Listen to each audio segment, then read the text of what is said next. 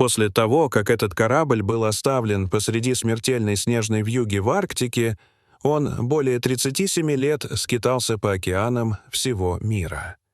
Многие люди полагали, что рассказ о нем был всего лишь вымыслом, пока не произошло нечто невероятное.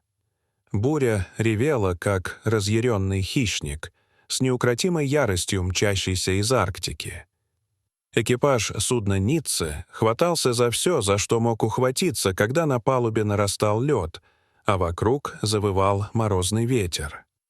Капитан Джеймс Картер с покрытой изморосью густой бородой стоял у руля корабля с угрюмым выражением лица. Корабль не был предназначен для выдерживания разрушительного веса арктических льдов, которые в начале сезона окружили их со всех сторон. Предполагалось, что в заливе будет свободно, но погода ухудшилась быстрее, чем ожидалось. Ницце попал в западню, зажатый в клещах льда, когда температура опустилась ниже того уровня, который они когда-либо наблюдали. Корпус судна застонал под натиском, словно он тоже ощущал приближение зимы. Капитан Картер выкрикивал команды, пытаясь заставить свою команду действовать, но все знали истину. Спасения не было. «Мы должны оставить его, капитан!» — прокричал, перекрывая рев ветра, один из старших офицеров. Картер знал, что он прав.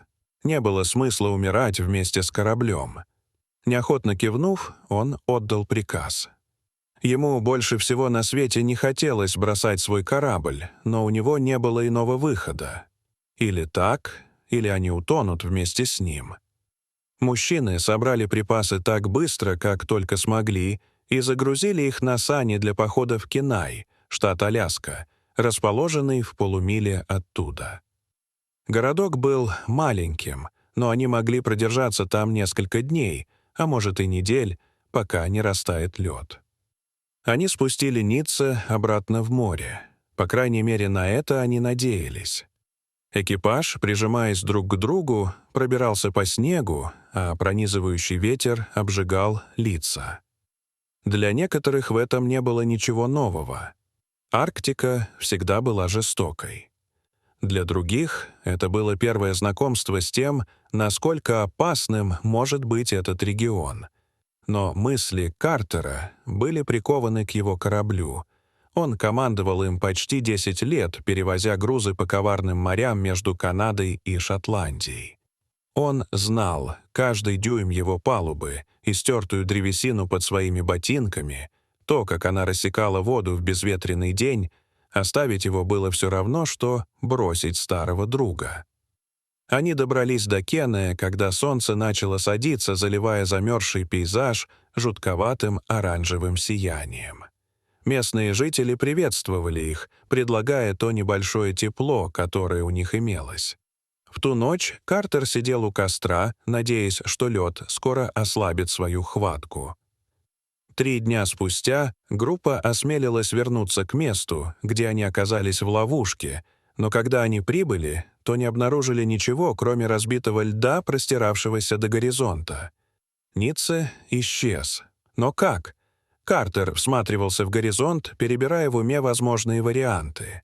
Неужели корабль оторвался от берега и уплыл прочь? Или судно затонуло подо льдом? Но не было никаких признаков. Ни обломков, ни мусора, ничего. Невозможно было понять, что произошло на самом деле.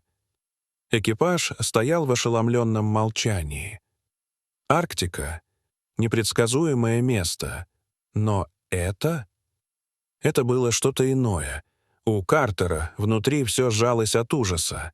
За все годы своей жизни он ни разу не слышал и не видел, чтобы корабль исчезал бесследно.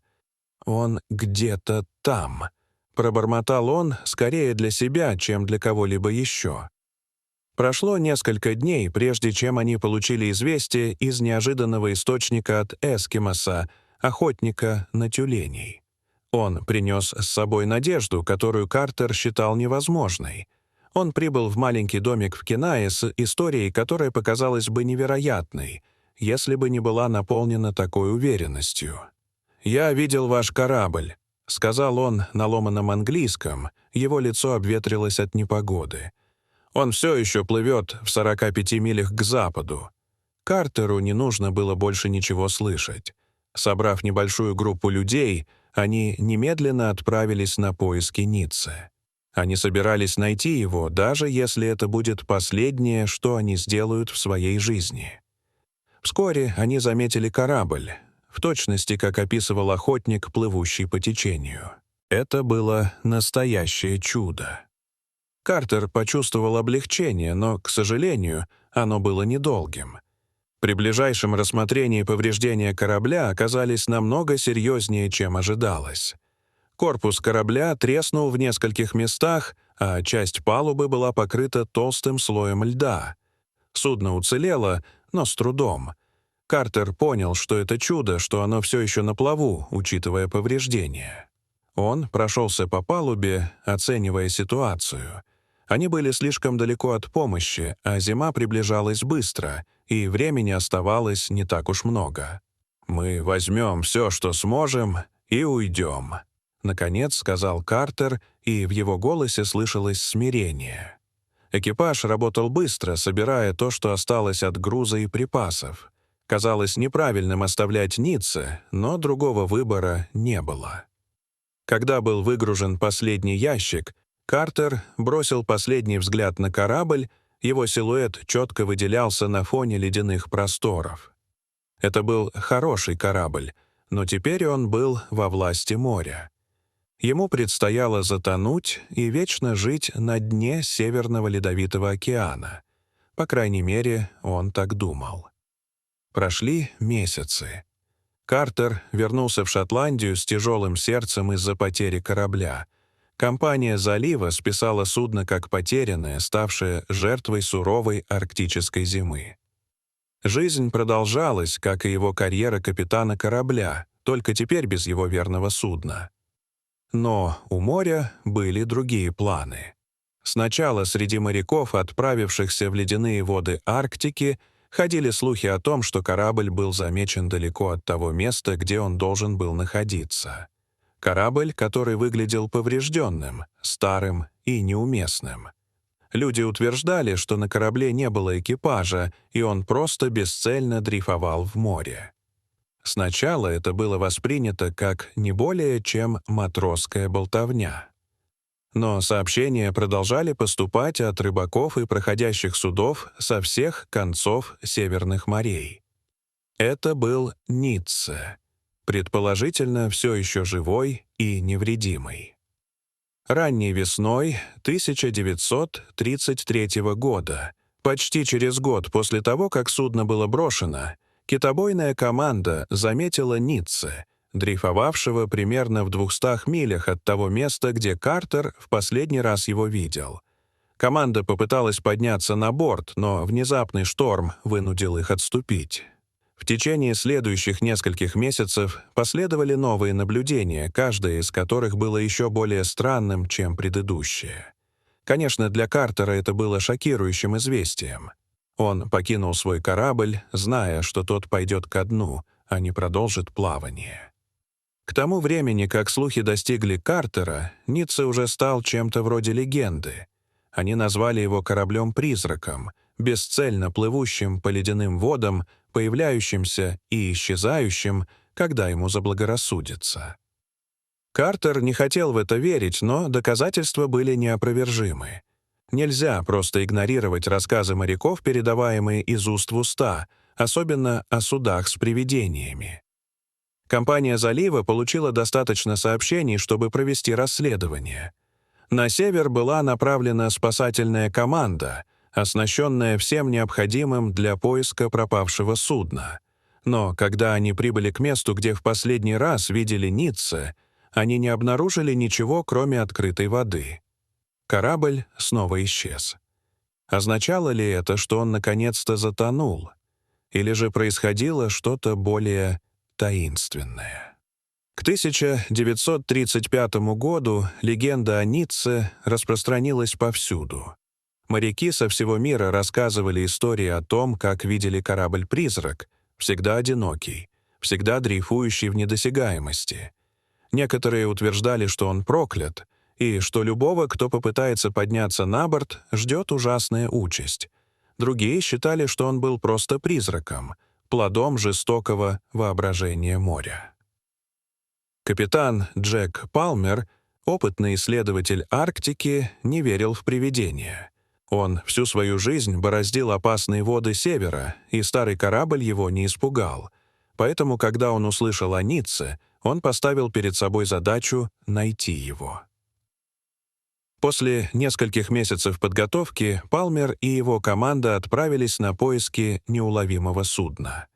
Они следовали за сообщениями, отслеживая появление корабля как хлебные крошки, разбросанные по Арктике. Каждая зацепка приближала их. Но Ницце оставался вне досягаемости, постоянно двигаясь, дрейфуя, оставаясь неуловимым, как и прежде. Наконец, летом 1935 года настойчивость Палмера принесла свои плоды. Они заметили корабль, маячивший вдалеке, как призрак из прошлого. Покрытый льдом с потрепанным годами корпусом, Ницце выглядел так, словно застыл во времени. Палмер приказал своей команде приготовиться к посадке, но когда они приблизились, погода внезапно резко изменилась. Ветер завыл, и лед под их ногами зашатался. Они попытались продолжить путь, но у Арктики были другие планы. Казалось, что море вступило в сговор с судном, постоянно мешая другим исследовать его старую разбитую палубу. Через несколько минут шторм усилился, вынудив Палмера и его команду отказаться от своих попыток.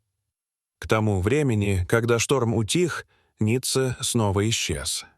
Это было крайне неприятно для всех участников.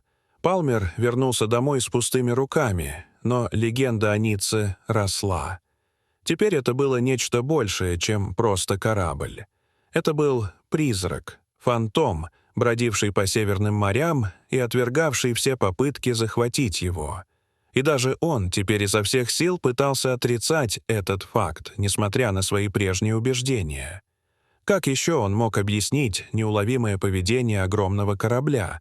Корабль не исчезал просто так, потому что не хотел, чтобы на него поднимались. Шли годы, но Ницце не исчезал в неизвестности. Вместо этого он сам по себе стал легендой, кораблем, обреченным бороздить мировые моря без посторонней помощи. В период с 1935 по 1960. 9-й год судно неоднократно замечалось моряками из самых разных мест. Каждое новое наблюдение было более невероятным, чем предыдущее. Некоторые говорили, что корабль был в идеальном состоянии, как будто его сохранили арктические морозы. Другие описывали его как ржавый, разлагающийся остров, в котором едва можно было узнать то гордое судно, которым оно когда-то было. Но одно оставалось неизменным. Никто никогда не мог подобраться к нему достаточно близко, чтобы подняться на борт. Каждая попытка заканчивалась неудачей либо из-за внезапных штормов, либо из-за того, что судно исчезало именно тогда, когда казалось, что оно в пределах досягаемости. Казалось, что Ницце обладает собственной волей, решив оставаться загадкой. К концу 1960-х годов Ницце стал скорее мифом, чем реальностью. Моряки перешептывались, рассказывая истории о корабле-призраке, который бросил вызов времени и смерти. Но, несмотря на все эти истории, никто не мог с уверенностью сказать, что с ним стало. Затем, в 1970 году, 37 лет спустя, его видели в последний раз. Холодным зимним днем группа рыбаков заметила Ницце, дрейфовавшего по Чукотскому морю. Они молча наблюдали, как корабль медленно движется по воде. На борту не было ни команды, ни каких-либо признаков жизни, только безмолвный призрачный корабль, одинокий в арктической глуши. Слух о наблюдении быстро распространился, и правительство Аляски начало официальные поиски.